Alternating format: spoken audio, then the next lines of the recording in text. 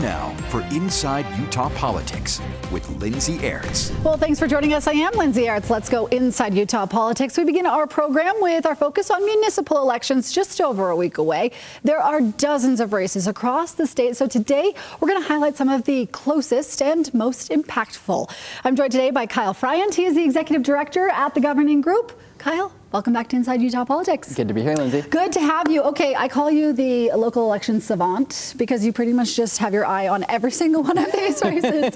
So I love when you break this down for us. Let us start in Riverton. Tell us about this race, who's running and why it's so impactful. You know, it's a really interesting one that has we've seen this interplay of state and national dynamics with a local race. So Tani McKay is on the Riverton City Council, the wife of State Senator Dan McKay, a very well-known state senator, and she is running against Tish Baroker, who is also on the Riverton City Council. And you have this fascinating dynamic where two city council members going against each other. Tish is endorsed by every one of the other members of the city council. And just last week, it was announced that Mayor Trent Staggs had endorsed Tish in her race.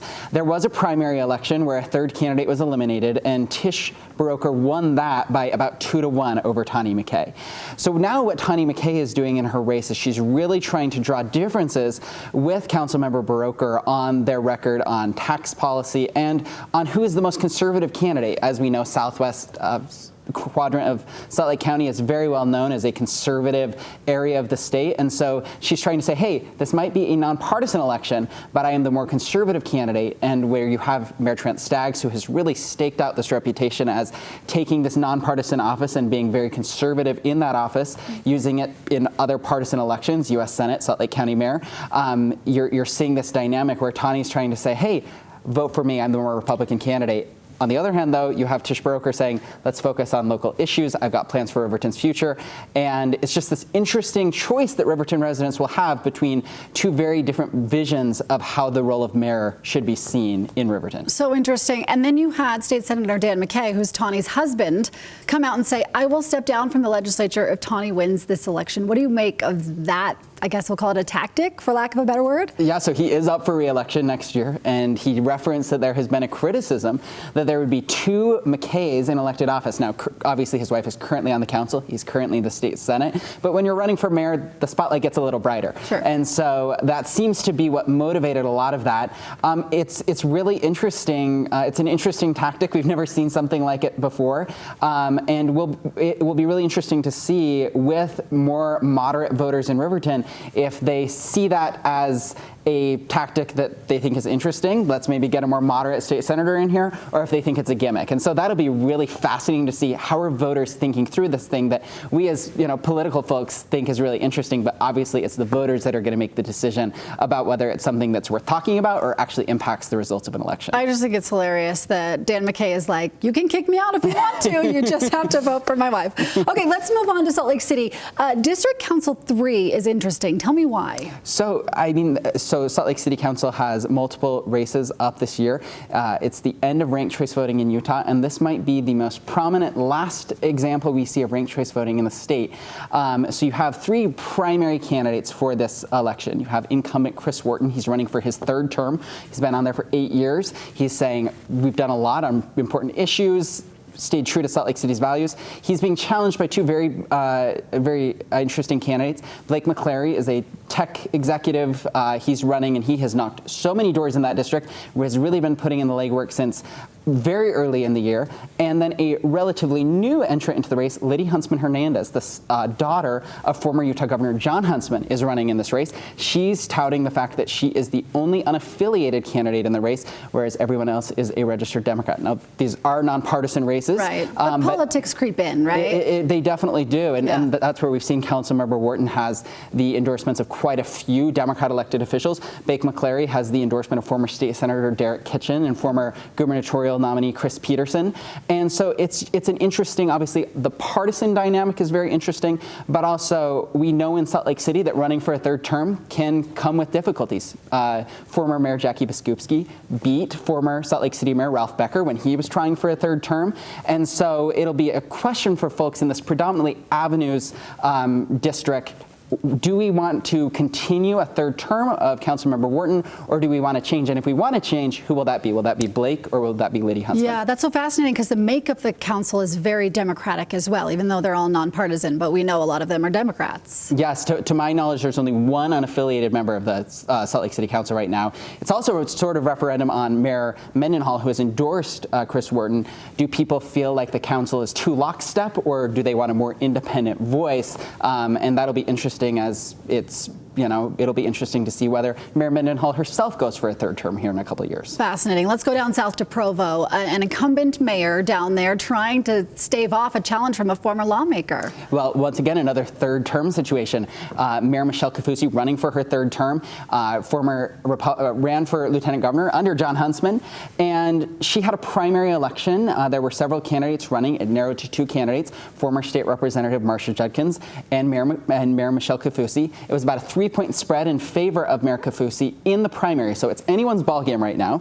And it's a referendum for Provo voters. Do they feel like things are going in a good direction? Or meanwhile, Marcia Judkins is saying, things are a little stagnant. We need to elevate Provo. And so it's a referendum not only on the city of Provo and where it's at, but also Mayor Kaufusi, who a lot of people see as someone who could run for higher office again in the future. Interesting. Okay, staying in Utah County, there are 3 new school board seats that have to have people.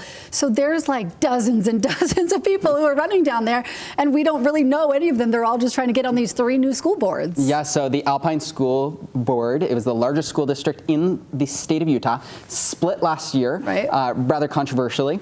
It split last year, creating 3, a West, Central, and South district. There are 7 members of each of these boards. So like you said, 21 seats, right. 42 candidates. And it's a very interesting dynamic. You've got a lot of candidates who are saying a lot of the same tune, but the big difference for a lot of these races is background. What are people looking for when you're starting out a new school district? What sort of background do you want for your school board member?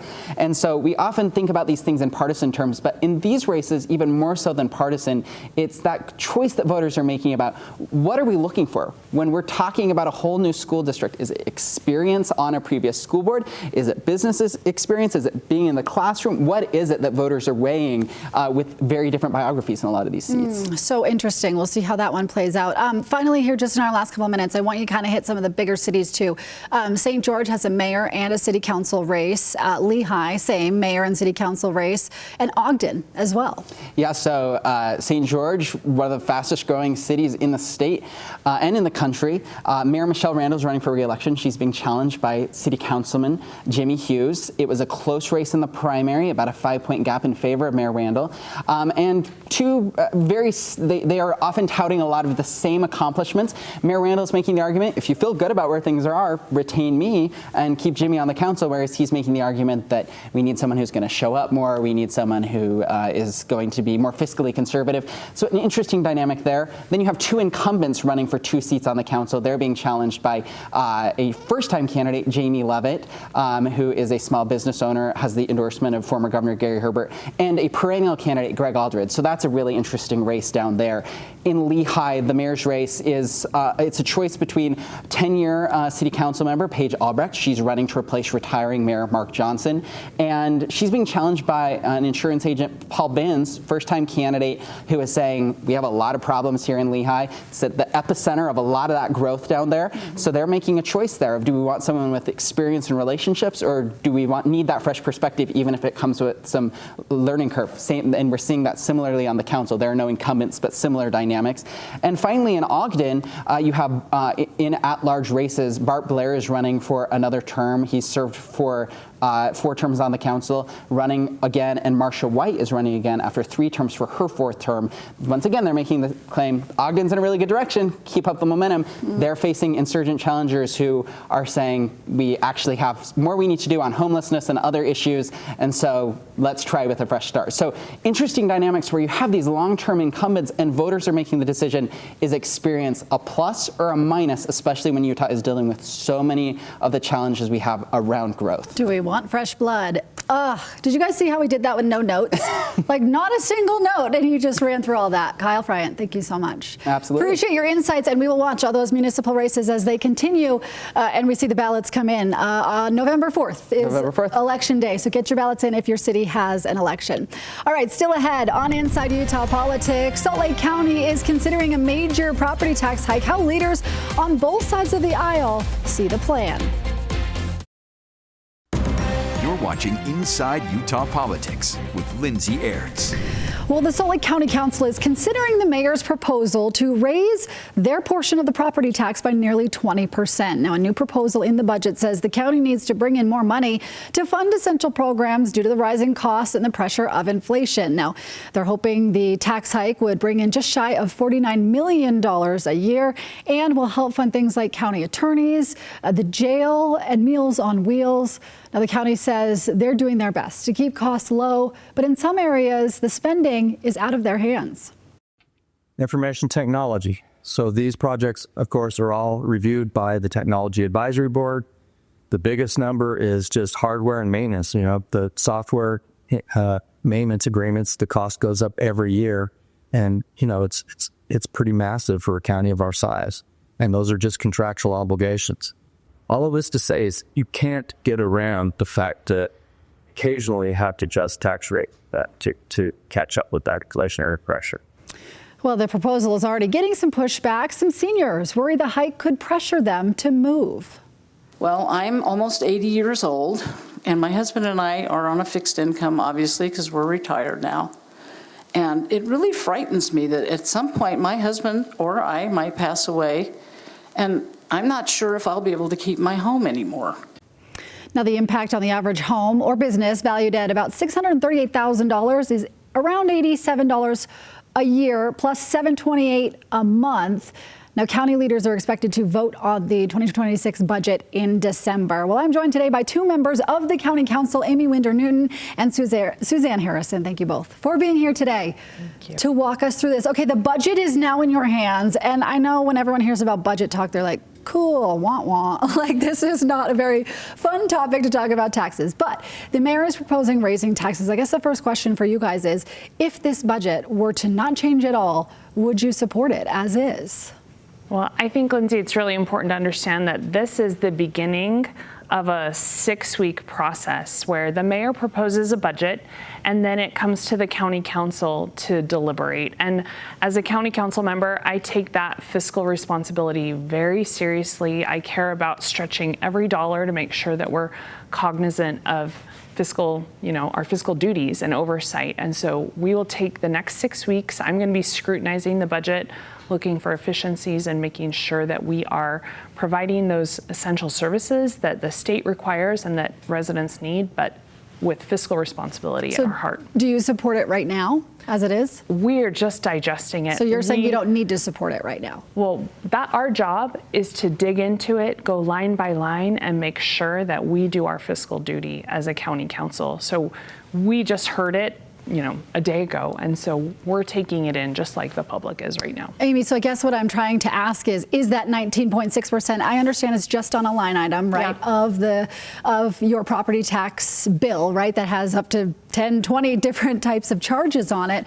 But a lot of people taking issue with this 19.6%. Is that an okay amount for you? What I look at is what do we need to be spending? And I always believe government tends to expand and we've got to keep reining it in. And so, no, I wouldn't support it right this second because I believe that there's cuts to be had in this budget. And, there's things that we're looking at right now to figure out what really is the role of the county. Because again, that creep seems to occur sometimes and we got to rein that back in. We can't be all things to all people. And we're going to have to find some of those cuts. I think we will need a tax increase. Property tax is the one funding source, that as well as sales tax, that we can do as a county. There's other funding sources out there that don't have the same pressure because of truth in taxation that we do on property taxes. We can only take the same amount every year unless we do a truth in taxation hearing like is being proposed. And so we're going to have to do some sort of increase just to catch up with inflation. We haven't had a property tax increase in 6 years. And in those 6 years, you look at food costs and energy costs, It's incredibly expensive for the county. We have some of the biggest kitchens in the whole county when we do, the meals for prisoners at the jail and also our Meals on Wheels program. The food costs have gone up, and we've got to figure out how to capture that. And every year we do make cuts at the county council level and scrutinize that budget, but we're feeling the pressure of inflation at the county just like our residents are, and I take that really seriously. I know a lot of people are struggling and they're hurting financially, and so I'm going to be doing my due diligence to make sure we're stretching every dollar as far as possible. Yeah, so walk me through some of the things this $48.9 million would go towards, because I've looked over it and in my mind there's like 121 new full-time positions. Is that accurate? Is that necessary? So I would say I haven't dived into the budget close enough to even know all the specifics there. I do know that there's more prosecuting attorneys that have been proposed in the budget, and that's because we are seeing such an emphasis on better criminal justice reform, being able to help the system overall. There's a backlog. We've got to fix that. And so, there are some things like that that are related to public safety, which is our number one priority. I will say property taxes go into our general fund, and that fund is the only places that those reside. And 74% of that fund is public safety related. And so public safety is our number one priority. Yeah, I can understand that.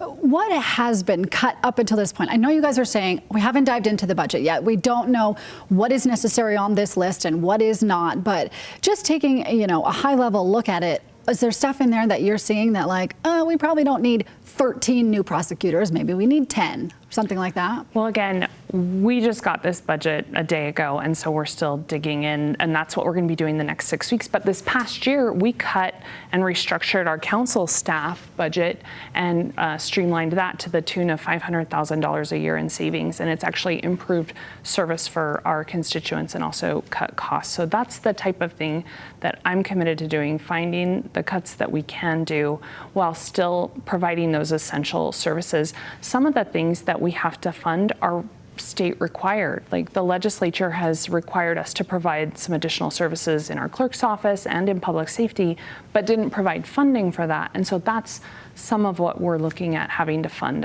at the council level. And just like people are struggling with their grocery bill and the increasing cost of food, we're seeing that, that a dollar doesn't go as far with inflationary pressure at the county as well. And it's a really tough situation. The mayor is asking for 5 new full-time employees. Is that part of that streamlining of your staff or the government? That seems like adding. Yeah, we haven't been able to dive in, but I will tell you, as of right now, we actually have cut staff from the mayor's budget over the years. She has less staff in her administrative department than our previous mayor had. So there are things that we'll look at. We may not approve all of those full-time employee positions. That's what we're going to be debating over the next few weeks. What do you guys want people to know? Because I think the news came out this week that a 20% property tax hike, and it scared everyone big time. What do you want your residents of Salt Lake County to know?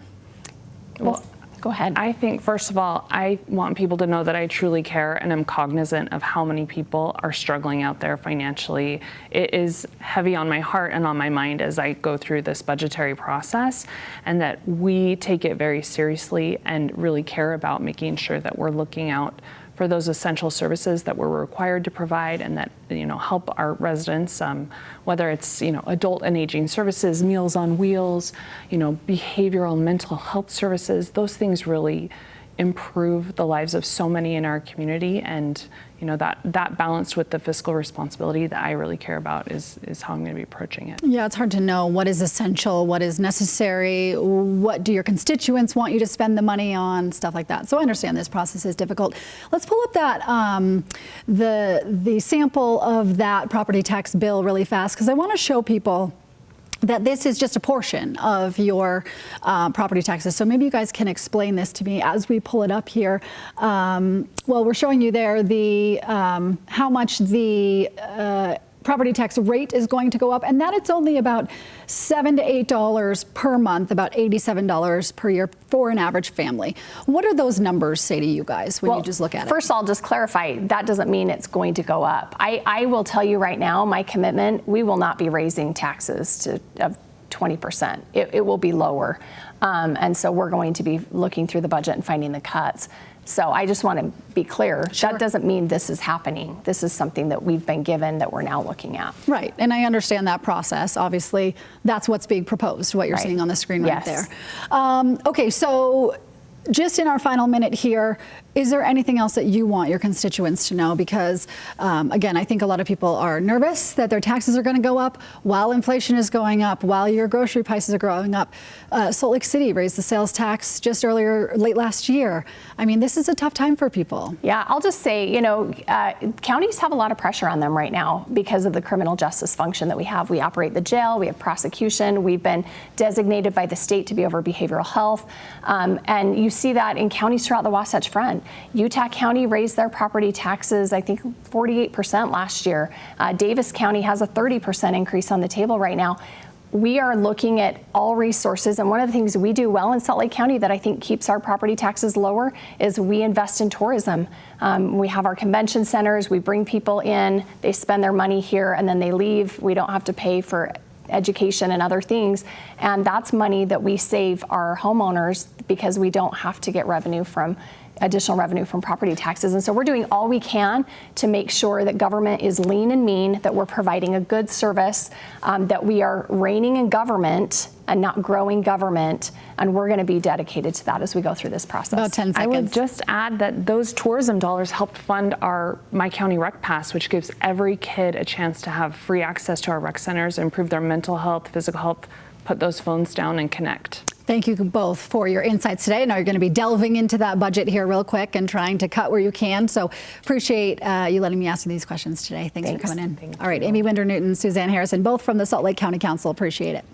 All right, coming up still on Inside Utah Politics, major renovations at the White House, how Washington is reacting to the Trump administration, kicking off demolition and construction for a new presidential ballroom. Well, Utah County mail-in ballots shipped out this year with inaccurate information about what you need to provide to vote, but they will not be getting a reprint. Clerk Eric Davidson says doing so would cost the county too much money. Now, the issue here is the insert on the ballot, which mentions a new ID verification process using the last 4 digits of your driver's license or social security number. But that system doesn't start until next year. Now, Davidson says to print the envelopes again, just to change them again next year, would cost taxpayers money. We took advantage of the printing discount, of the volume printing discount, and had the instructions printed off for both the primary and the general. So we could possibly send out an email to every voter that we have an email address for, but we thought that would even create more confusion. Well, this confusion that has happened prompted calls to the clerk's office. But the key thing to know is that your vote will still count as long as you sign your ballot and it matches what's on file. Well, Utah Senator Dan Thatcher will resign from the Senate before the next legislative session. Now, this comes just months after he announced that he was dropping his GOP affiliation after 14 years in the legislature to join the Utah Forward Party. Now, Thatcher says he's doing this to give his constituents the best outcome now. Now, the Forward Party will pick a replacement to serve in his district, District 11, which covers areas from West Valley City to Tooele. Well, the White House is facing a pushback from major preservation groups over President Donald Trump's plan to build a new ballroom. Now, the project involves at least the partial demolition of the East Wing, but some say that move goes too far. Washington correspondent Rashad Hudson reports. On the east side of the White House, demolition crews continued their work on a $250 million ballroom. The National Trust for Historic Preservation, a nonprofit chartered by Congress, says the East Wing is too important to be altered without a full review. In a letter to the White House, it wrote, "We are deeply concerned that the massing and height of the proposed new construction will overwhelm the White House itself."